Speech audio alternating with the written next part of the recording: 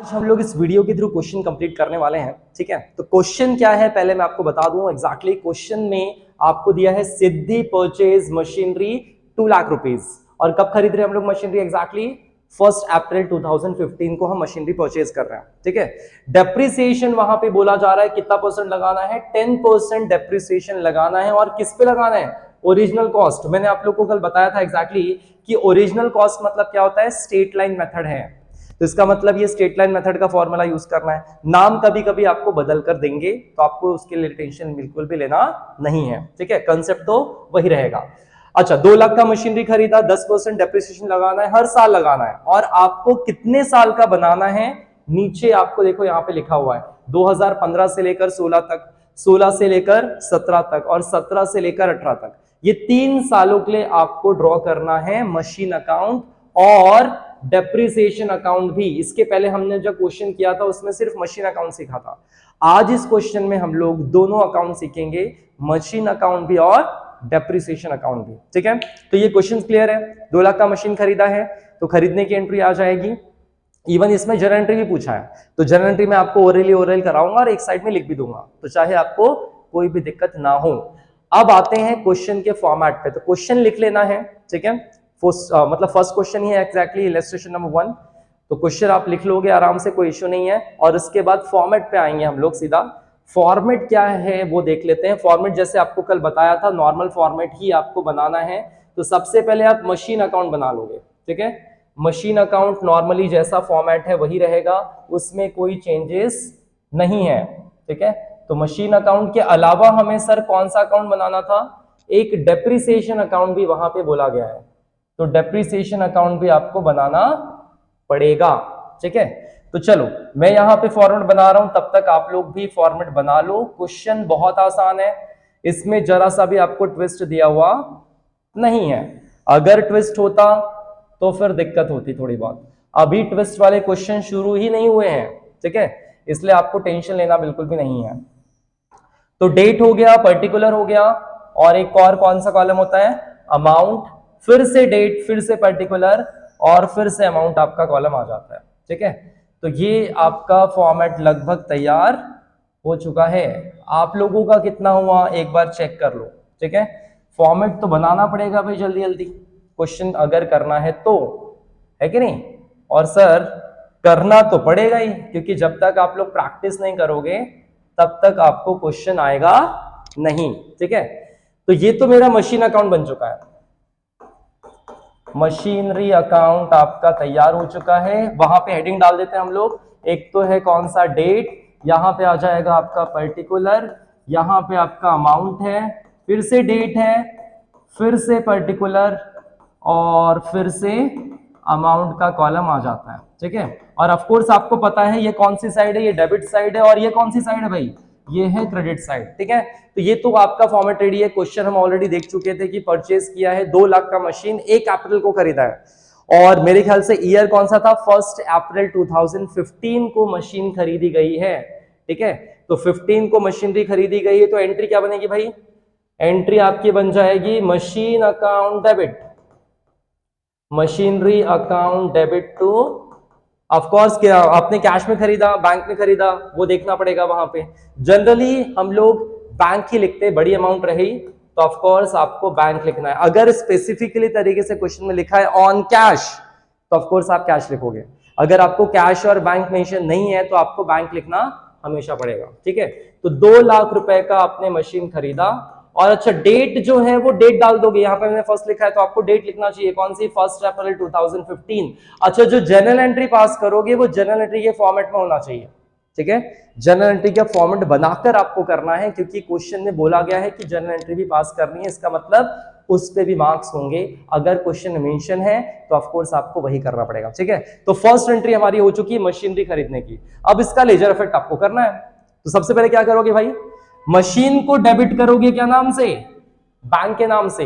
तो machine account है, machine को डेबिट करना पड़ेगा क्या नाम से? बैंक के नाम से। और कितना अमाउंट है? 2 लाख रुपीस। 2 लाख रुपए की मशीन आ चुकी है 1 अप्रैल 2015 को। तो 2015 में मशीनरी आपने खरीदी थी, उसकी एंट्री हमारी हो चुकी है भाई। ठीक है, ऑफ कोर्स अब मशीनरी खरीदने के बाद हम लोग करते क्या है एग्जैक्टली उसको साल भर यूज करते हैं और यूज करने के बाद हम उस पे लगाते हैं डेप्रिसिएशन। तो डेप्रिसिएशन लगाने की एंट्री आपको करनी पड़ेगी कब 31 मार्च 2016 में। देखो साल शुरू कब हुआ था 15 में, एंड कब होगा 2016 में मार्च में। अब डेप्रिसिएशन की एंट्री क्या होगी sir, depreciation account debit to machine account, ठीक है। और ऑफ कोर्स आपको पूरे साल भर का लगाना है, साल भर का डेप्रिसिएशन लगाना है। तो देखो यहां पे देख लो भाई, सबसे पहले 2 लाख रुपीस का 10%, या तो आप ऐसा कैलकुलेशन करके करो तो 0 कट हो जाएगा तो कितना बचेगा 20,000, या फिर 2 लाख में से एक 0 हटा दो डायरेक्टली 20,000 आ जाएगा। दोनों में से जो इजी लगता है वो फॉलो करो, और मेरे ख्याल से ये ज्यादा इजी है। अगर आपका राउंड फिगर में वैल्यू है तो एक 0 पीछे का हटा देना, उतने ही वैल्यू 10% आती है, तो आपके लिए काम आसान हो जाता है। तो 20,000 इसका मतलब क्या होगा, डेप्रिसिएशन 20,000 आ चुका है, तो वैल्यू हम लोग यहाँ पे 20,000 लिख सकते हैं, ठीक है। 20,000 आपका डेप्रिसिएशन वैल्यू आ चुका है, ठीक है। नरेशन क्या रहेगा सर इसमें नरेशन रहेगा being machinery purchase, being depreciation charge on machinery, ठीक है। अब इसकी एंट्री पास करनी है। देखो सर यहाँ पे एक चीज और थी सर मशीन अकाउंट तो बोला ही था, इसमें आपको डेप्रिसिएशन अकाउंट भी बोला था बनाने के लिए, जो कि हमने अभी तक बनाया नहीं है। तो डेप्रिसिएशन अकाउंट भी हम लोग बना लेते हैं, जिससे आपको भाई दोनों इफेक्ट हम लोग आराम से कर लें, ठीक है।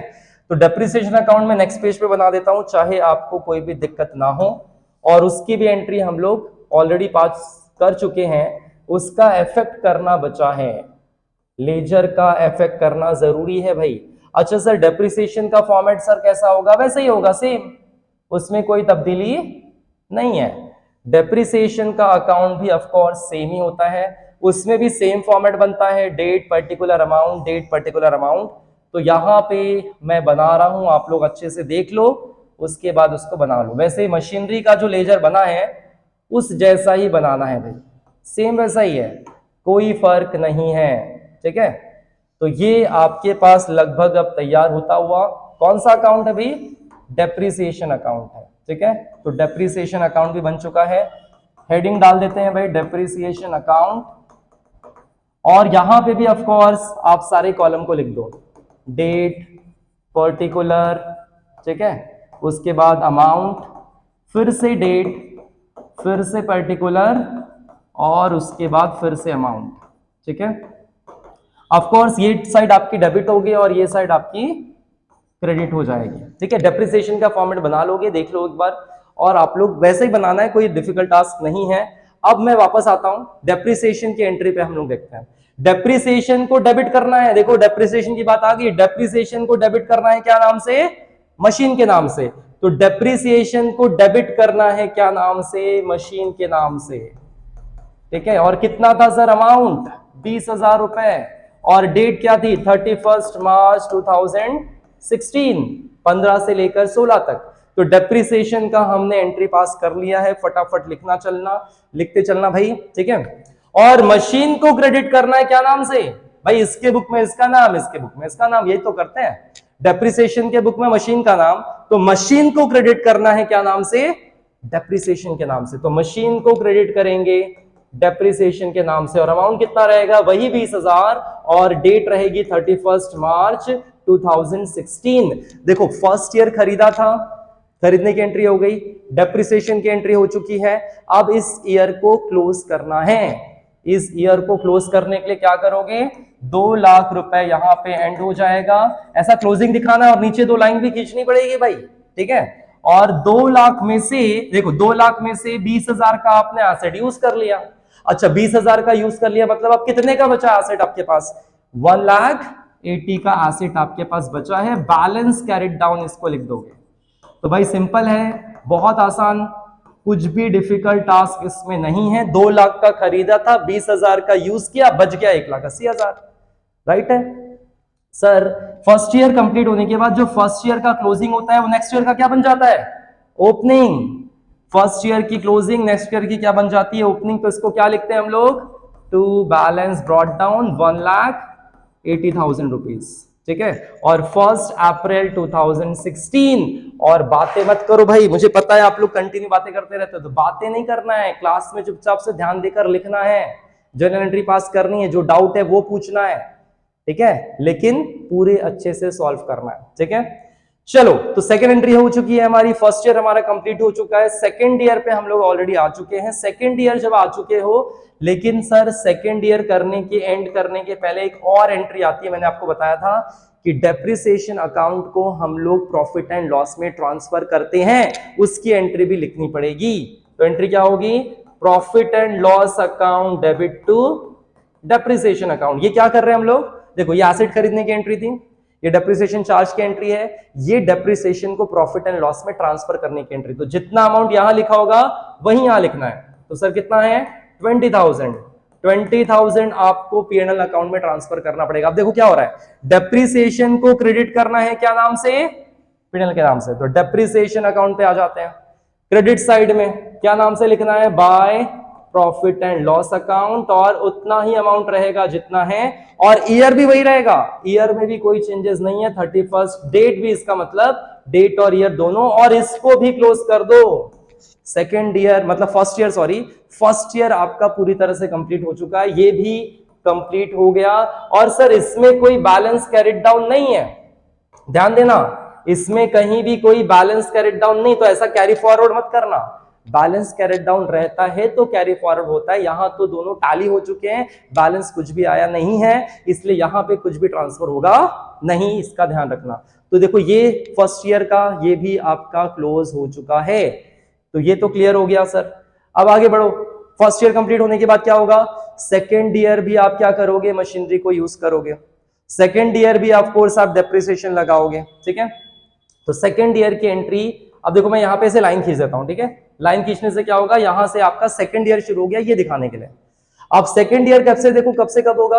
अप्रैल 2016 से लेकर 31 मार्च 2017, ठीक है। इसका मतलब 2017 में आपका फिर से डेप्रिसिएशन लगेगा, और ये कौन सा मेथड है? स्ट्रेट लाइन मेथड है, तो वैल्यू बदलेगी नहीं, साल भर का उतना ही वैल्यू रहेगा। कितना रहेगा?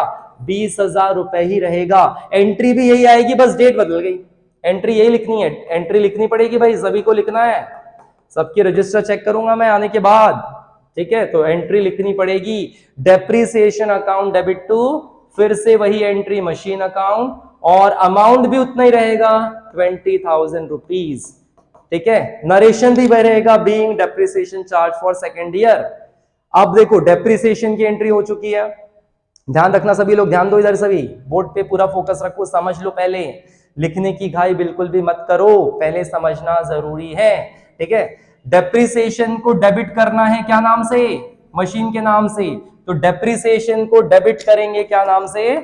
मशीन के नाम से। और कितना अमाउंट था? अमाउंट वही था 20,000 रुपए, और ईयर 31 मार्च 2017। अच्छा, थोड़ा सा अगर स्पीड जा रहा होगा पॉज करके देखना, मैडम को बोल देना, मैडम रुका देगी, पूरी चीजें लिख लेना आराम से, कोई इशू नहीं है, ठीक है। टेंशन बिल्कुल भी नहीं है, समझ कर करना है, ठीक है। अच्छा, आप देखो, डेप्रिसिएशन को डेबिट करना था मशीन के नाम से, और मशीन को क्रेडिट करना पड़ेगा। देखो क्या लिखा है, डेप्रिसिएशन को डेबिट करना था मशीन के नाम से, मशीन को क्रेडिट करना पड़ेगा डेप्रिसिएशन के नाम से। तो यहां पे आ जाएगा बाय डेप्रिसिएशन, और अमाउंट उतना ही है 20,000 रुपए, डेट भाई 31 मार्च 2017 रहेगा। सेकेंड ईयर भी सर हमारा कंप्लीट हो चुका है, लेकिन सेकेंड ईयर ट्रांसफर मतलब फिनिश करने के पहले हमें डेप्रिसिएशन को ट्रांसफर करना पड़ता है, कहां पे? पीएनएल अकाउंट में। जैसे देखो ये वाला किया था ना, सेम यहां पे भी आएगा, बस डेट बदल गया, एंट्री सेम रहेगी, क्या रहेगी? Profit and loss account debit to depreciation account, और अमाउंट उतना ही है सर, अमाउंट तो चेंज नहीं हो रहा है, क्योंकि स्ट्रेट लाइन मेथड है, स्ट्रेट लाइन मेथड में अमाउंट जल्दी बदलता नहीं, और यहां पे कोई एसेट और बढ़ नहीं रहा है या तो कम नहीं हो रहा है। अगर बढ़ रहा होता तो डेप्रिसिएशन वैल्यू आपकी चेंज हो जाती, घट रहा होता तो भी डेप्रिसिएशन की वैल्यू चेंज हो जाती, लेकिन ऐसा कुछ नहीं हो रहा है, इसलिए डेप्रिसिएशन की वैल्यू बदलेगी बिल्कुल भी नहीं। अच्छा, कितना आएगा अभी सर? 20,000 रुपीज हमें ट्रांसफर करने की एंट्री करनी। तो पीएनएल अकाउंट है क्या कहीं? नहीं, अगर होता तो पीएनएल को डेबिट करते क्या नाम से? डेप्रिसिएशन के नाम से। अब डेप्रिसिएशन को क्रेडिट करना पड़ेगा क्या नाम से? पीएनएल के नाम से। तो डेप्रिसिएशन को क्रेडिट कर लेते हैं भाई, डेप्रिसिएशन को क्रेडिट कर लो क्या नाम से? बाय P&L अकाउंट, और कितना, वही 20,000 रुपए, और डेट, तारीख पे तारीख कितनी है, तारीख पे तारीख है 31 मार्च 2018। देखो यहां पे ईयर क्लोज हो चुका है, 20,000 दोनों तरफ टैली हो गया, यहां पे कोई भी कैरेट डाउन आता नहीं है, ध्यान से लिखना है, ठीक है। तो डेप्रिसिएशन अकाउंट भी देखो हमारा कंप्लीट हो चुका है, ठीक है। अब इसको क्लोज करते हैं। अब देखो 1,80,000 का था मशीनरी, हमने 20,000 का यूज कर लिया, तो 1,80,000 में से 20,000 माइनस कर लो, कितना बचेगा, बैलेंस कैरेट डाउन बचेगा 1,60,000 रुपीज, ठीक है। और यहां पे इसको पूरी तरह से क्लोज किया जाए, 1,80,000 यहां पे भी आ जाएगा 1,80,000, यहां पे देखो बैलेंस बचता है, इसीलिए हम क्या करते हैं, इसको कैरी फॉरवर्ड करते हैं, 1,60,000 यहां पे कैरी फॉरवर्ड हो जाएगा, क्या नाम से लिखोगे, to balance brought down. First year क्या क्लोजिंग, सेकंड ईयर का क्या बन जाता है, ओपनिंग। लो भाई यहां पे आ चुका है 1 अप्रैल 2017 में हम लोग, इसका मतलब थर्ड ईयर में ऑलरेडी पहुंच चुके हैं। और अगर आप क्वेश्चन को देख पा रहे होंगे, देखो 2015-16 का ऑलरेडी हमारा बन चुका है, कंप्लीट कर लिया, 2016-17 का हो गया, अब लास्ट ईयर का करना है 2017 से लेकर 18 का। तो 2017 से लेकर 18 का हम लोग अभी करने वाले। तो सेकेंड ईयर हो गया, देखो फर्स्ट ईयर हो गया, सेकेंड ईयर हो गया, यहाँ पे फर्स्ट ईयर की एंट्री हो चुकी है, सेकेंड ईयर की भी एंट्री हमारी हो चुकी है, अब थर्ड ईयर की एंट्री करनी है और उसका लेजर इफेक्ट करना पड़ेगा। अब आपने फिर से एसेट यूज किया, फिर से डेप्रिसिएशन लगेगा, और डेप्रिसिएशन की एंट्री क्या होगी, same depreciation account debit to machine account, और ईयर सिर्फ आपका बदलेगा, ईयर सिर्फ चेंज होगा, क्या हो जाएगा, ईयर आपका आ जाएगा 31 मार्च 2018। तो यहां पे देखो मैं एंट्री कर देता हूं, नहीं तो तुम लोग भी करोगे नहीं, इसलिए करना तो पड़ेगा। 31 मार्च 2018, फिर से डेप्रिसिएशन तीसरे साल का, और अमाउंट सर कितना रहेगा, उतना ही रहेगा, क्यों, क्योंकि स्टेट लाइन मेथड है। Depreciation account debit to machine 20,000, दोनों एंट्री कर लेते हैं। देखो ये डेप्रिसिएशन की एंट्री हो गई, उसके बाद हम लोग क्या करते हैं, ट्रांसफर करने की एंट्री करते हैं, ट्रांसफर करने की एंट्री भी सेम होगी, profit and loss account debit to depreciation account, और कितना, उतना ही अमाउंट रहेगा 20,000 रुपीज। तीसरा साल भी हमारा खत्म हो चुका है, लिख लिया जाए, थर्ड ईयर भी हम कंप्लीट कर चुके हैं। देखो फर्स्ट ईयर हो गया था यहाँ पे, सेकंड ईयर यहाँ पे, थर्ड ईयर यहाँ पे, तो फर्स्ट ईयर में एक आधी एंट्री ज्यादा रहती है क्योंकि खरीद रहे थे, सेकंड ईयर में कुछ नहीं खरीदा इसलिए एंट्री नहीं दिखी। आगे आने वाले क्वेश्चन में सेकंड ईयर में खरीद रहे होंगे नया एसेट, तो वहां पे एंट्री आपको दिखेगी, फिर यहां पे भी फ्लक्चुएशन दिखेगा, कुछ ना कुछ चेंजेस आएंगे। ये तो बेसिक क्वेश्चन है, बेसिक क्वेश्चन में पकड़ बना लो तो आपको एडवांस क्वेश्चन आएगा, और बेसिक क्वेश्चन अगर नहीं आएगा तो एडवांस तो भूल ही जाओ। तो सेकंड ईयर की एंट्री हो चुकी है, अब इसका इफेक्ट